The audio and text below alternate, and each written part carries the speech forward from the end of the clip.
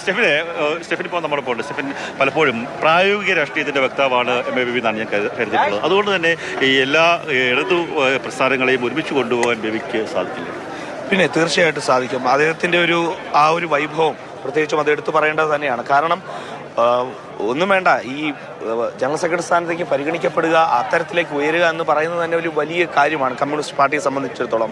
ആ നിലയിലേക്കാണ് യഥാർത്ഥത്തിൽ അദ്ദേഹം ഉയർന്നത്. അത് പടിപടിയായിട്ട് ഒരു SFIയിലൂടെ വരുന്നു, അതിനുശേഷം DYFI, അതിനുശേഷം പാർലമെന്ററി രംഗത്ത് സജീവമായി പ്രവർത്തിക്കുന്നു, രാജ്യസഭയിൽ പ്രവർത്തിക്കുന്നു.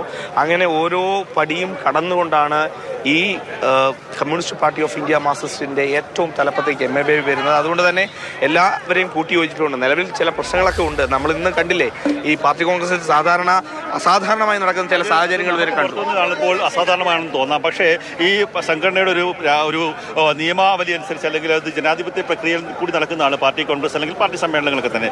ഒരാൾക്ക് തെരഞ്ഞെടുപ്പിൽ മത്സരിക്കണം എന്ന് തീരുമാനിച്ചാൽ, മത്സരിക്കാൻ ഞാൻ തയ്യാറാണെന്ന് തീരുമാനിച്ചാൽ പ്രസിഡിയം അത് മത്സരിക്കാൻ അനുവദിക്കും. അവിടെയാണ് സംഭവിച്ചത്. പക്ഷേ 5% വോട്ട് പോലും നേടാൻ സാധിച്ചില്ല.